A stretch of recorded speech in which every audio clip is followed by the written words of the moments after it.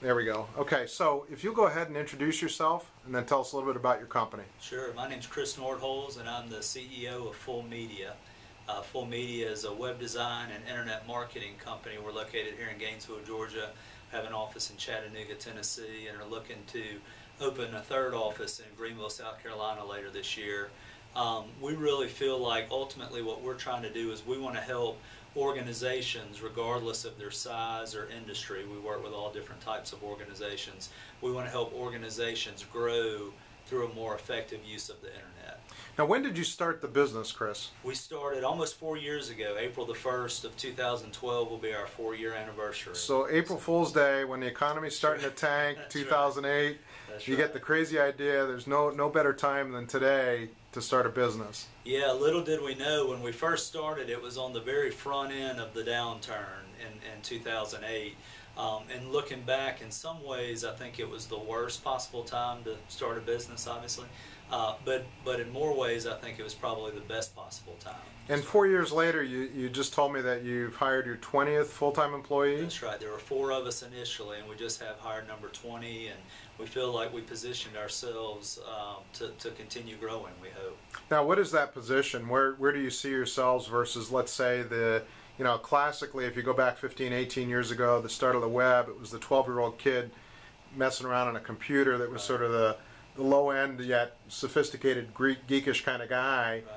And then you got the big marketing firms that are out there. Yeah, that's right. Yeah, we really see ourselves as the value player in the industry. Certainly, we're not going to be as inexpensive as the freelancer, the guy working in his basement, or even the 2 or 3 guys that might be a real company and maybe doing good work, but 2 or 3 people, obviously there's a limit in just how much they can do.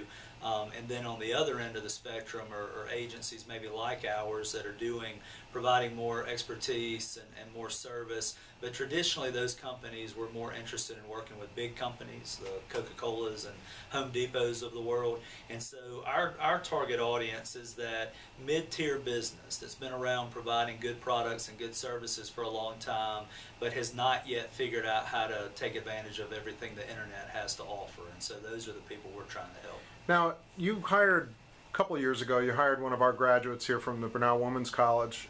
She had a general business background. It would seem intuitive, though, that you would want people that have computer science and web design capability, but that doesn't seem to always be the case. I mean, tell us a little bit about your employees and your background and that kind of stuff. Yeah, we really have 2 sides of our business. We have our production department that creates websites. And so on that side of the business, obviously we have graphic designers, and so people who have artistic skills to design a website. And then we also have programmers there, and most of those people do have a computer science background. The other side of our business is what we call internet marketing. So once a client has a website, whether we created it or not, we have a lot of clients we didn't create their site. They just come to us and want us to market an existing site. So once you have a website, how are you marketing yourself? Through search engine marketing, social media marketing, email marketing, what we would refer to as online public relations, just all the different ways that a business or a nonprofit, for that matter, may market itself more effectively through the internet. So on the internet marketing side, a lot of times we're looking for people who have good writing skills, who have good relationship skills, can just work with clients, and who are good thinkers, really, who can sit down with a client, understand their business, and then help them think strategically about how are we going to market you more effectively through the internet. So somebody with a business and marketing background, no problem. They don't need the computer skills beyond what they might already have. That's right. That's right. We feel like we can train people the technical skills to a large degree. Obviously, the true programming skills are sometimes harder to teach, and that's why most of those people do have a computer science background. But on the marketing side, we can teach them the ins and outs of search engine marketing and things like that. We just need people who can really think. Now, what kind of impact do you have on business? I mean, you've been around 4 years. You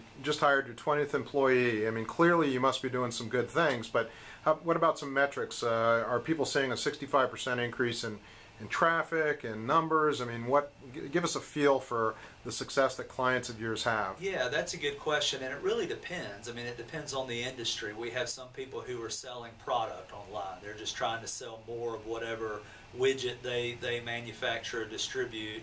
And I don't think it's unrealistic to say over the course of a year or two, we've had people that have seen, hundreds of % in growth in traffic and maybe even sales, at least online. We have a lot of professional service companies who maybe are trying to sell a service in a geographic region, maybe a physician practice or a law firm or an accounting firm that really just wants to market in a 30 or 60 mile radius of their business.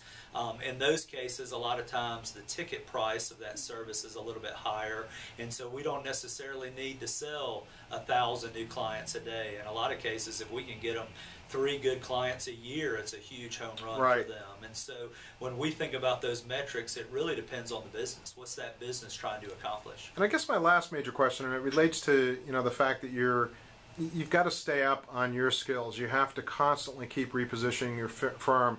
If you asked about 6-7 years ago about social networking, it would have been about MySpace. That's right. Today, it's not even just Facebook. Now you're getting into Pinterest and all these other things. What do you see as some of the trends or some of the near-term things that you guys are starting to get into that companies ought to pay attention to because it's coming on fast? Yeah. I think that a couple thoughts there. Number one, just internally, we're very conscious of how fast things change.